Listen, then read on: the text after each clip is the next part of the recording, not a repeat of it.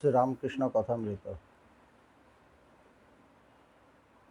ঠাকুর দক্ষিণেশ্বরে ভক্তদের মধ্যে বসে আছেন, অনেক কথা বলছেন। আগের দিন আমরা দেখলাম, এবার বলছেন ভক্তদের প্রতি, মনে করলেই ত্যাগ করা যায় না, প্রারব্ধ সংস্কার এসব আবার আছে। বলছে আমি মনে করলাম ত্যাগ করব, তাহলেই যে ত্যাগ করতে পারবো তা নয়। কেন আটকায় কি? আমার হঠাৎ ইচ্ছে হলো যে আমি সংসারের অনেক দুঃখ কষ্ট দেখলাম, আমার একটা বৈরাগ্য এলো যে আমি সব ত্যাগ করে দেবো, কিন্তু তাহলে কি ত্যাগ করতে পারবে? বলছে না, কেননা সংস্কার আছে, প্রারব্ধ আছে। সংস্কারটা কি? মানে আগে সে যা কাজ করে এসেছে সেটা তার মনের ভেতরে থাকে। আগে সে যেটা কামনা করে এসেছে, যেটা চেয়ে এসেছে, সেটা তার মনের ভেতরে থাকে, সুপ্তভাবে থাকে, কিন্তু ওইটা তাকে মাঝে মাঝে আবার টেনে নামিয়ে দেয়। ওই যে তার ভেতরে ওইগুলো আছে, ওগুলো তাকে টানে, সংস্কার প্রারব্ধ। তো বলছেন যে এইগুলো আছে। একজন রাজাকে একজন যোগী বললে, তুমি আমার কাছে বসে ভগবানের চিন্তা করো। তাই একজন রাজা অনেক রাজত্ব করে বিভিন্ন রাজা মানে বিভিন্ন জায়গা দখল করলো, এই করলো সেই করলো, যুদ্ধ বিগ্রহ করলো, রাজকার্য সামলালো। করার পর তারও তো বৈরাগ্য হয়, তো একজন যোগীর কাছে গেছে। তো যোগী খুশি হয়েছে, বলছে আসো তুমি এখানে আমার কাছে বসে ভগবানের চিন্তা করো।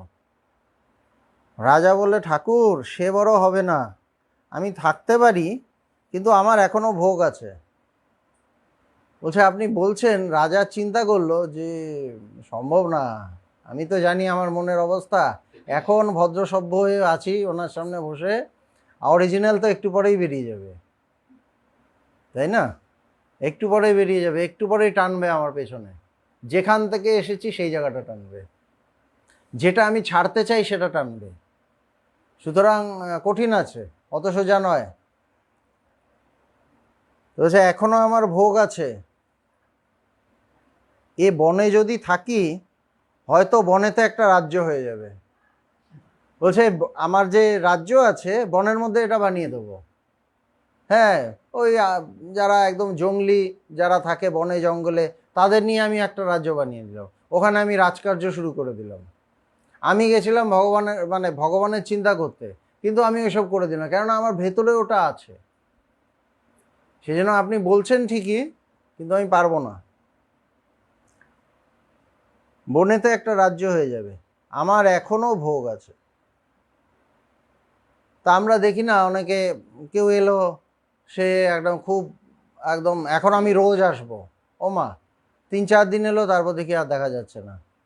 আবার 7 দিন পরে দেখলাম, 7 দিন পরে পরপর 2 দিন এলো, আবার দেখি 15 দিন নেই। কি হয়? ওই টানে।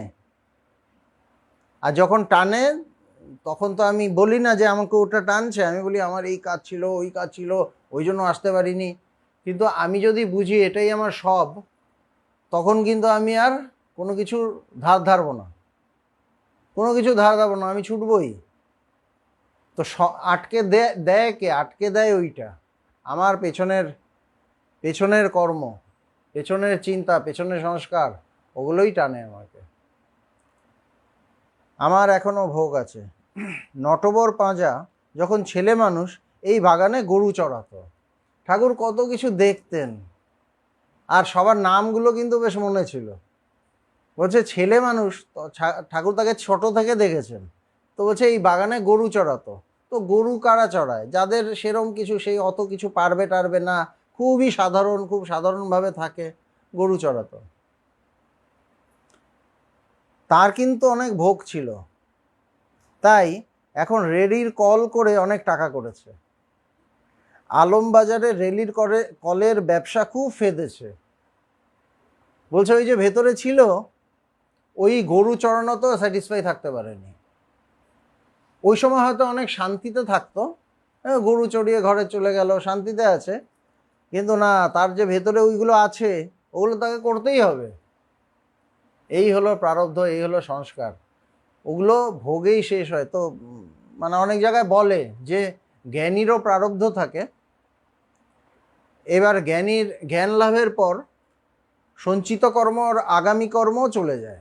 তা যখন জ্ঞান হলো, আমরা জানি না জ্ঞান সব কিছুকে পুড়িয়ে দেয়, তো আমাদের যেটা সঞ্চিত কর্ম, যে আগে আমি করেছি পরের জন্মে ভোগ করব, আগের জন্মে কিছু কাজ করেছি পরের জন্মে ওটা ফল হবে, তো পরের জন্ম তো আর হবে না যেহেতু আমার জ্ঞান হয়েছে, তো ওইটা উড়ে গেল। আর আগামী কর্ম মানে এই জন্মে করছি ওটা পরের জন্মে ফল হবে, ওটাও হবে না। কিন্তু আগের জন্মে করেছি কিন্তু এই জন্মে ফল হবে, ওটাকে বলছে প্রারব্ধ কর্ম। ওই প্রারব্ধ কর্ম ভোগ করতে হয়, ওইটা আসবেই, কারণ আগে আমি করে নিয়েছি, এই জন্মে আমার ফলটা আসবে। এই জন্ম যদি আমি পার করে নিতে পারতাম হয়তো হয়ে যেত, কিন্তু না, এই জন্মেই ফলটা আসবে, আমাকে ভোগ করতে হবে। তো জ্ঞানী ভোগ কিভাবে করে? অনাসক্ত হয়ে ভোগ করে। জ্ঞানী যে ভোগ করে অনাসক্ত হয়ে, তিনি কষ্ট পান না। মানে জাগতিক যে কষ্ট সেটা তো সবারই হয়, সমানভাবেই হয়, কিন্তু তার জন্য তার মন দুঃখিত হয় না, মন কষ্ট পায় না। আমাদের মনের কষ্ট বেশি, আমাদের যত না শারীরিক কষ্ট, বাইরের কষ্ট, তার থেকে বেশি মনের কষ্ট। আমার এরকম হলো, আমি পারছি না, আমি যেতে পারছি না, আমি চলতে পারছি না। মানে আমাকে যত চলতে পারছি না বলে আমার মানে পায়ের ব্যথাটা যত না কষ্ট দিচ্ছে, তার থেকে আমাকে বেশি কষ্ট দিচ্ছে আমি চলতে পারছি না কেন, ও চলছে, সে যাচ্ছে, আমি যেতে পারছি না, সেইটা আমাকে কষ্ট দিচ্ছে। তো সেই জন্য বলছে যে ওই মনের যে ব্যাপারটা, ওইটাই প্রারব্ধ, ওই প্রারব্ধটা আমাকে ভোগ করতে হয়। কিন্তু জ্ঞানী তিনি মনের থেকে আর কষ্ট পান না, তিনি জানেন না আমাকে এগুলো ভোগ করতে হবে, তিনি অনাসক্ত হয়ে ভোগ করেন।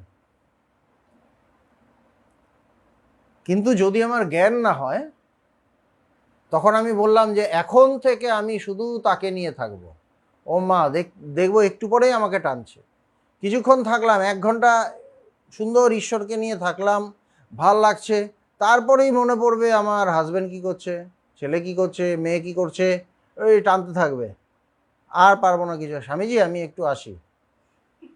হ্যাঁ, তুমি যে বললে সারাদিন থাকবে, না আসলে ড্যাশ ড্যাশ ড্যাশ, এটা হয়, এইটাই হলো প্রারব্ধ।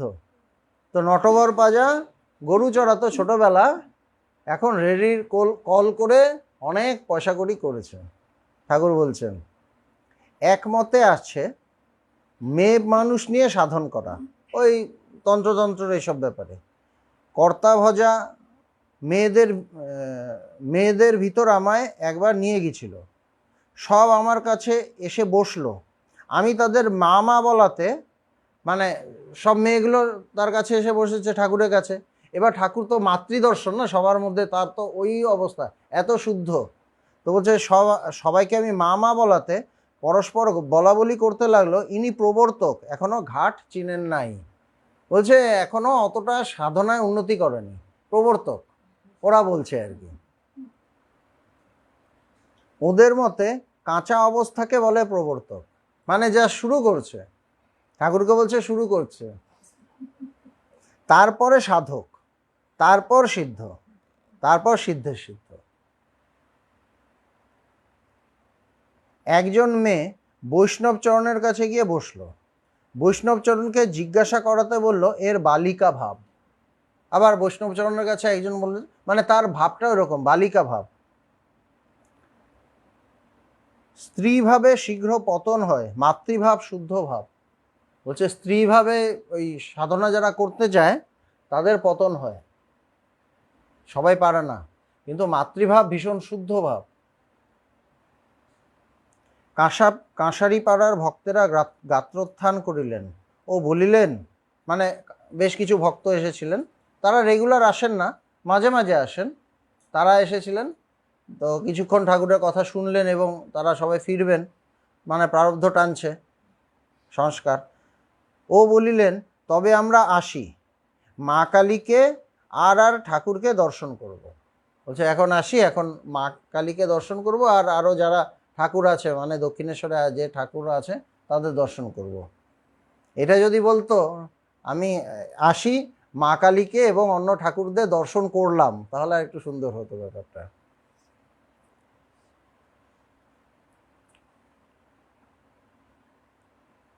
দ্বিতীয় পরিচ্ছেদ। মণি পঞ্চবটী ও কালীবাড়ির অন্যান্য স্থানে একাকী বিচরণ করিতেছেন। ঠাকুর বলিতেছেন, একটু সাধন করিলে ঈশ্বর দর্শন করা যায়। মণি কি তাই ভাবিতেছেন? তিনি একা একা হাঁটছেন, আর তার মনে ওটাই চলছে। ঠাকুর যে কথাটা বলেছেন, কত কথাই তো বলেছেন, কত কথাই বলেছেন, ওটাকে ক্যাচ করেছেন, ওটাই তার ভেতরে লেগেছে।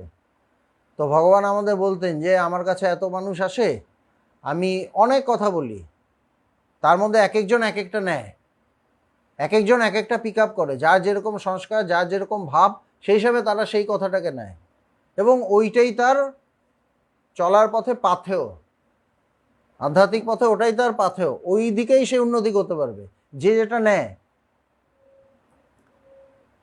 তো ঠাকুরের ওই যে কথা, একটু একটু সাধন করলেই তাকে দেখা যায়, তাকে দর্শন করা যায়, এইটা মনি নিয়েছেন।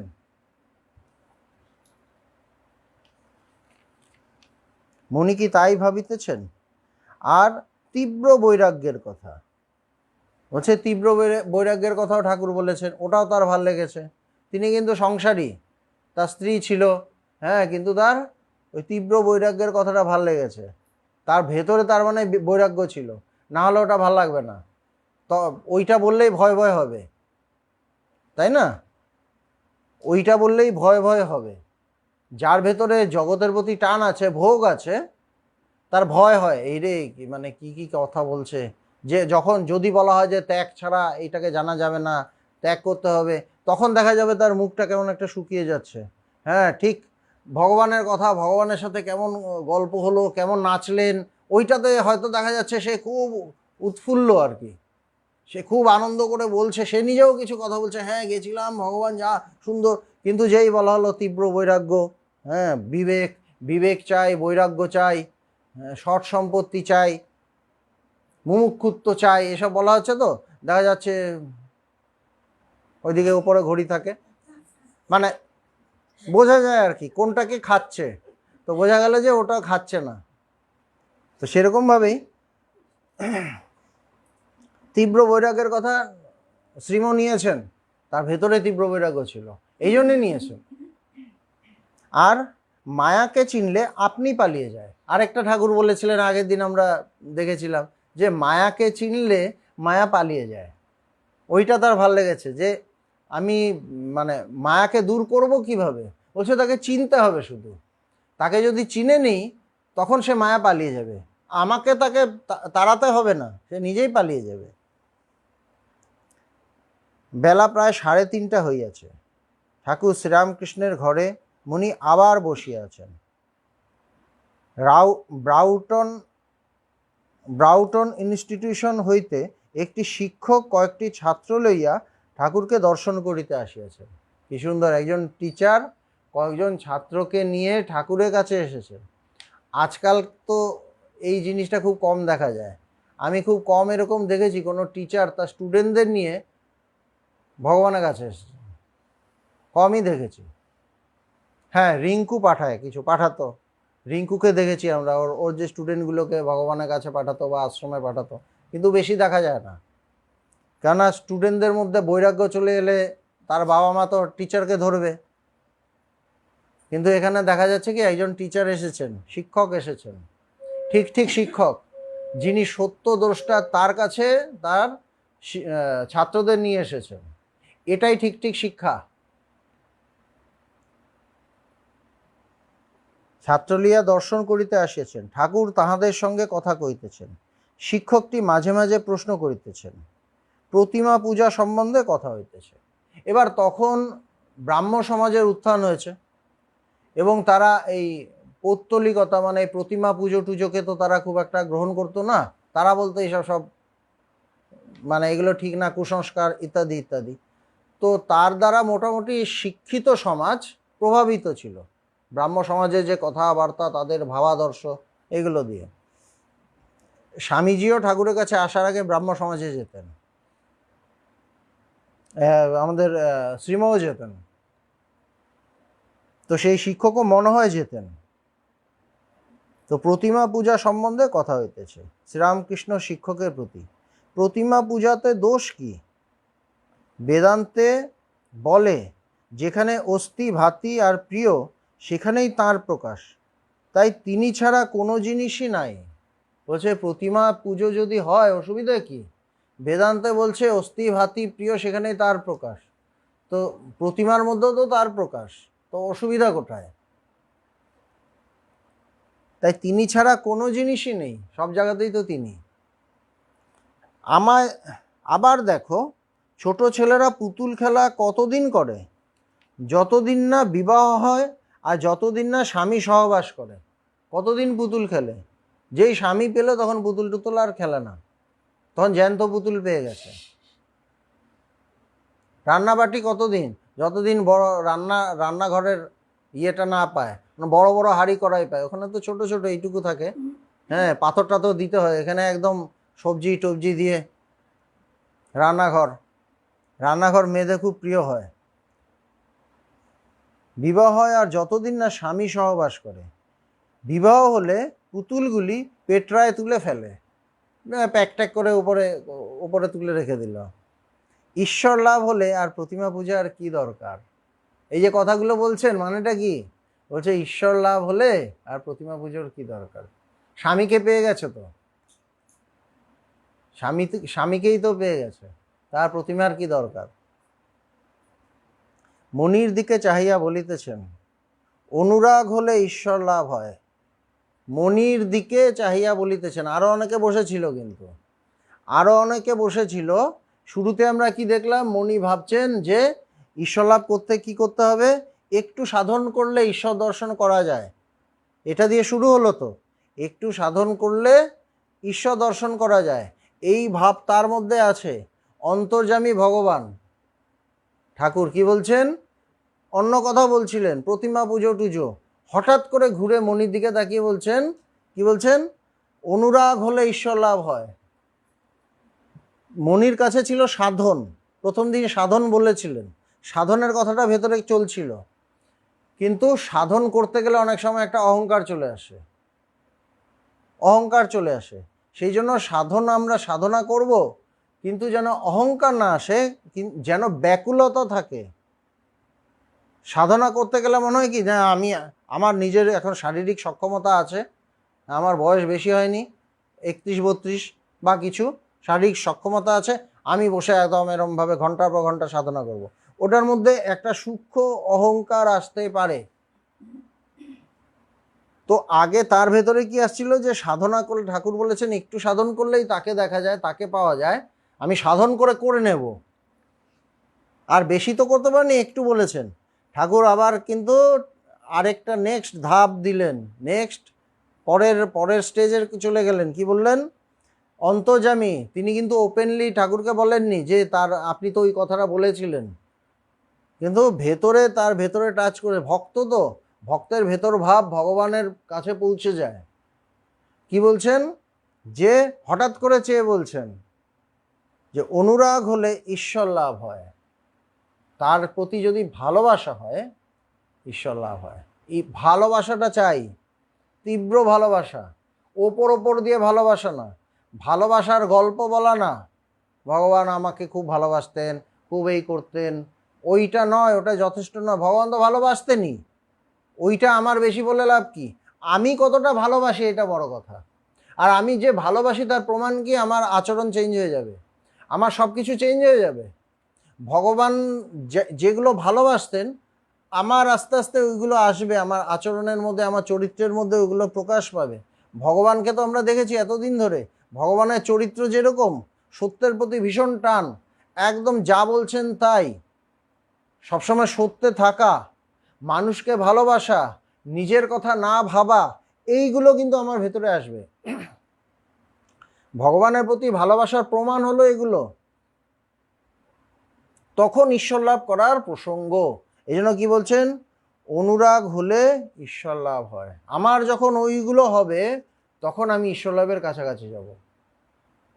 খুব ব্যাকুলতা চাই, বলছে খুব ব্যাকুলতা, একটু ব্যাকুলতা না, খুব ব্যাকুলতা চাই। মানে পাগল আমি, তুমি ছাড়া বাঁচবো না, তোমাকে ছাড়া আমার হবে না, আমি পারছি না, প্রাণ আইঢাই হবে, মানে আমি মরে যেতে পারলে বাঁচি, এরকম। আমি এখনো তাকে জানতে পারলাম না, এইটা আসবে, খুব ব্যাকুলতা চাই। কার জন্য বলেছেন? যে ঈশ্বর লাভ করতে চায়। যে ঈশ্বর লাভ করতে চায় তার জন্য বলেছেন, যে করতে চায় না তার জন্য বলছে না। তার আগে শাখারি পাড়ার ভক্তরা ছিল, তাদের সাথে অন্য লেভেলে কথা হয়েছে, হঠাৎ কিন্তু জাগা মতো চলে গেছেন। যে তীব্র ব্যাকুলতা, খুব ব্যাকুলতা হলে সমস্ত মন তাতে গত হয়। খুব ব্যাকুলতার দ্বারা আমার মনটা সেখানে চলে যায়।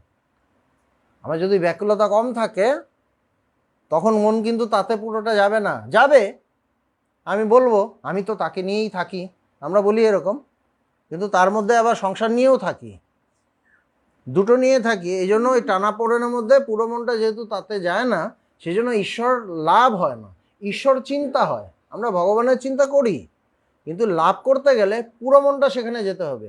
আর পুরো মনটা সেখানে যেতে গেলে কি দরকার? মেইন হলো ব্যাকুলতা, মানে পাগল, আমি পারছি না। খুব ব্যাকুলতা হলে সমস্ত মন তাতে গত হয়। একজনের একটি মেয়ে ছিল, খুব অল্প বয়সে মেয়েটি বিধবা হয়ে গিয়েছিল। স্বামীর মুখ কখনো দেখে নাই। অন্য মেয়ের স্বামী আসে, দেখে, বলছে বিধবা হয়ে গেছে কম বয়সে, এত ছোট বয়সে বিয়ে হয়েছে, তারপর বিধবা হয়ে গেছে, স্বামীর মুখ আর দেখেনি।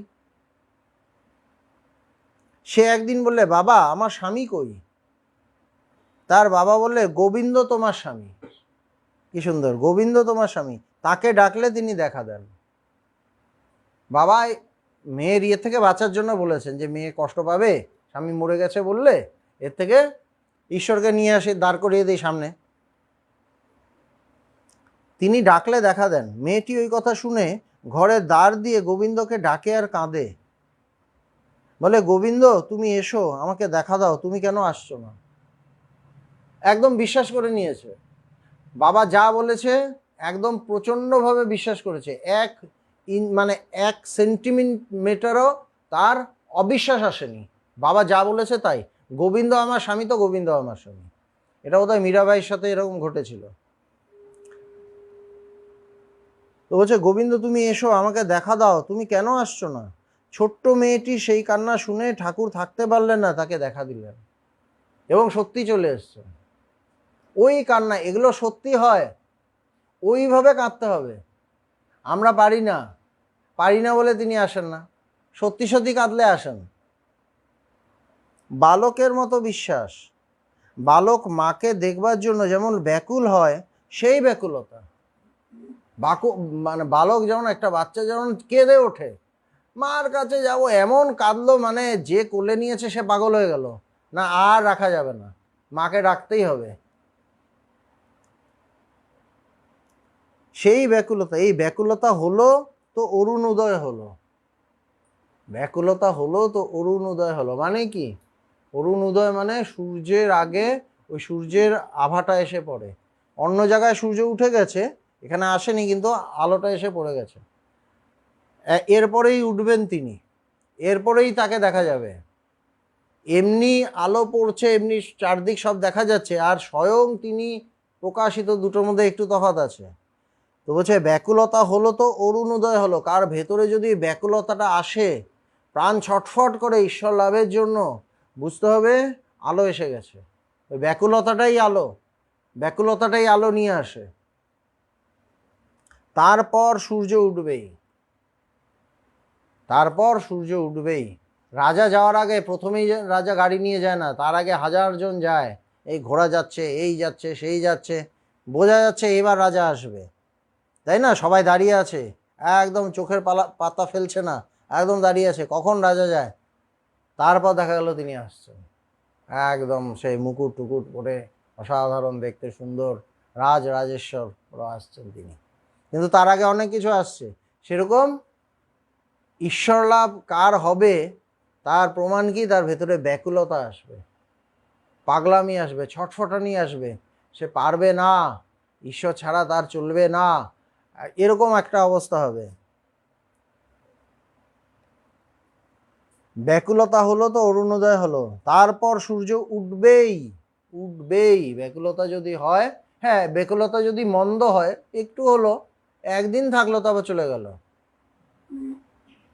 অনেককে দেখেছি তো, এখানে একজন এলো, মানে সে পাগল, ভগবানের জন্য পাগল, সে ফোন করে কাঁদছে।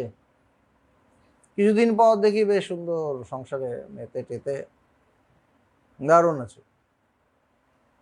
তার আগে কাঁদছে, ভগবানের কাছে ছুটছে, ভগবানের কথা শুনতে চাইছে, ছটফটানি, ভাল লাগছে, ওমা দেখি আবার মেতে গেছে। ওরকম ব্যাকুলতা না, ঠিক ঠিক ব্যাকুলতাটা যদি মানে ধরে রাখতে পারি, যদি থাকে, তাহলে সূর্য উঠবেই, জ্ঞান হবেই। এই ব্যাকুলতার পরেই ঈশ্বর দর্শন।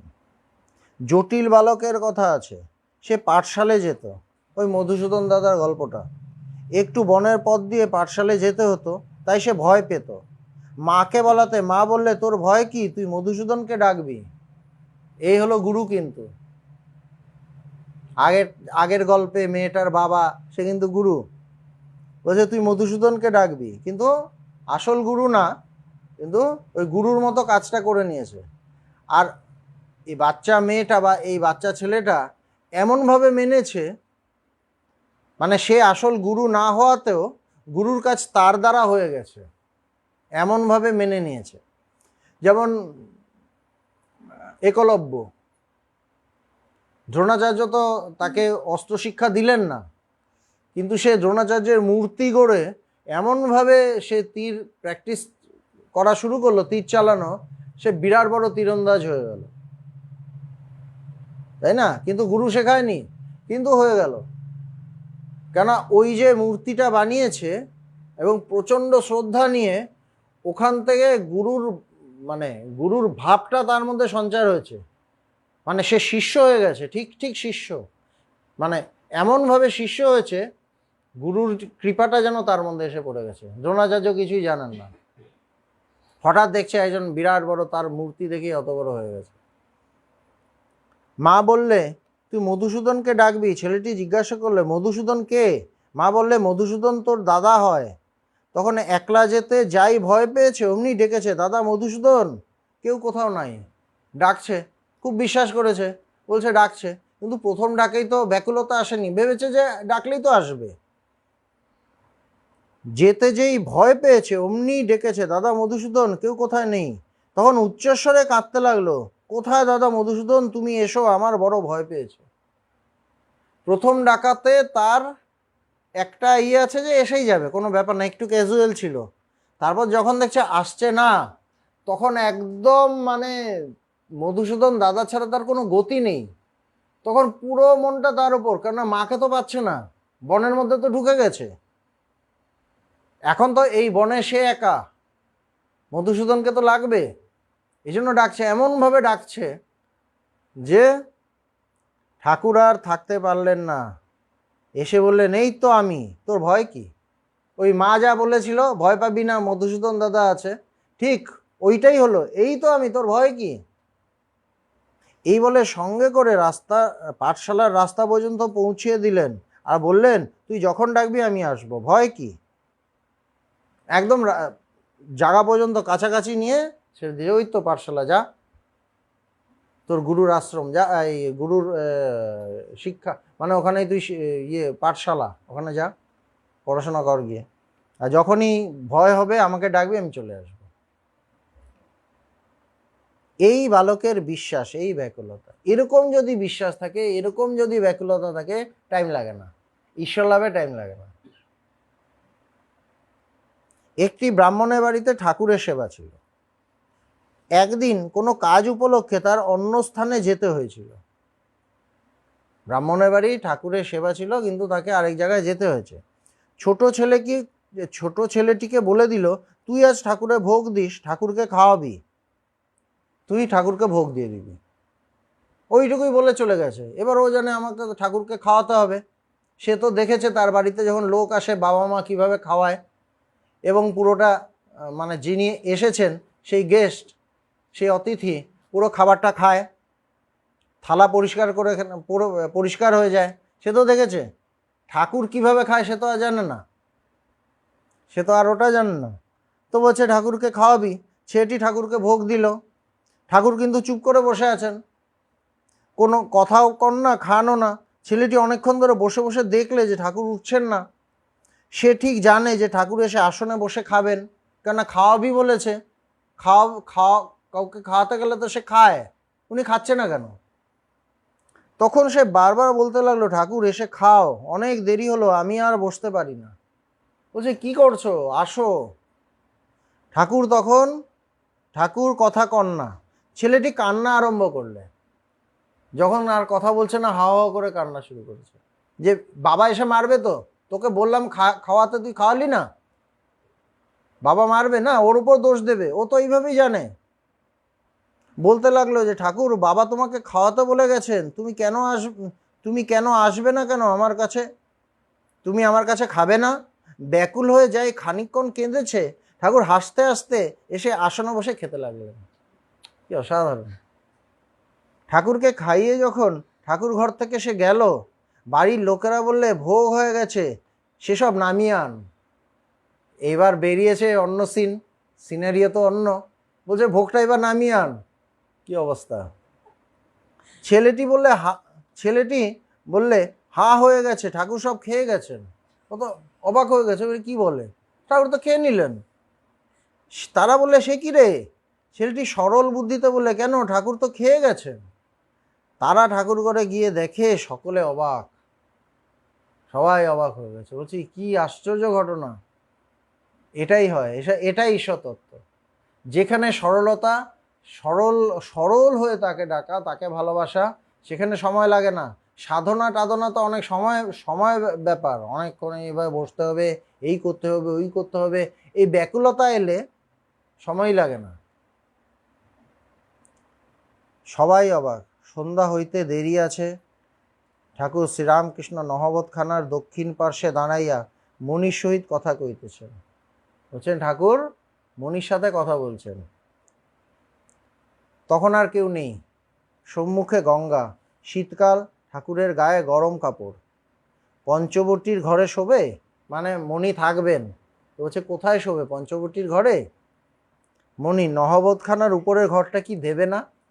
মানে মণির হয়তো এই নহবতখানার উপরের ঘরটা ভাল লাগে, বলছে ওটা কি দেবে না? ঠাকুর খাজানজিকে মণির কথা বলিবেন, থাকবার ঘর একটি নির্দিষ্ট করে দিবেন। তার নহবতের উপরের ঘর পছন্দ হয়েছে। বলছে ঠাকুর কিন্তু ব্যবস্থা করে দিয়েছেন। তিনি কবিত্ব প্রিয়। নহবত থেকে আকাশ, গঙ্গা, চাঁদের আলো, ফুল গাছ এসব দেখা যায়। তিনি ওখানে বসবেন, সব দেখবেন। শ্রীরামকৃষ্ণ দেবে না কেন? তবে পঞ্চবটীর ঘর বলছি এই জন্য যে ওখানে অনেক হরিনাম, ঈশ্বর চিন্তা হয়েছে। ঠাকুরের অ্যাঙ্গেল আলাদা। বলছে গঙ্গা দেখার জন্য, আকাশ দেখার জন্য তো এখানে আসনি, ঈশ্বর চিন্তা করার জন্য এসেছো। ওখানে থাকতে ভাল লাগে, ঠিক আছে, এই দেখবো ওই দেখবো, গঙ্গা দেখবো, সারা রাত গঙ্গার সামনে বসে থাকবো, ওসব একরকম। কিন্তু এসছো ঈশ্বর চিন্তা করার জন্য। সেই ক্ষেত্রে পঞ্চবটীর ঘরটা তোমার জন্য অনেক বেটার, কেননা ওখানে অনেক ঈশ্বর চিন্তা অনেক বেশি হয়েছে, ওখানে ভাইব্রেশন অনেক বেশি পাবে। তো সেই রকমই যেসব জায়গায় মন্দির, আশ্রম, ঈশ্বর চর্চা হয়, সেই জায়গার একটা অন্যরকম মাহাত্ম্য হয়, সেখানে একটা আলাদা ভাইব্রেশন হয়, ঈশ্বরীয় ভাইব্রেশন। সেখানে মনটা এমনি গেলে স্থির হয়। সেখানে যদি আমি সাধনা করি, মনটা তাড়াতাড়ি মানে সাধনায় লিপ্ত হয়ে যায়, আরও ধ্যানে মগ্ন হয়ে যায়, সব কিছু খুব সহজভাবে হয়। এই জন্য ঠাকুর বলে দিচ্ছেন যে সে তো এসেছে, ঠাকুর জানেন তার ভক্ত এসেছেন সাধনা করতে, তার ভক্ত এসেছে ঈশ্বর লাভ করতে।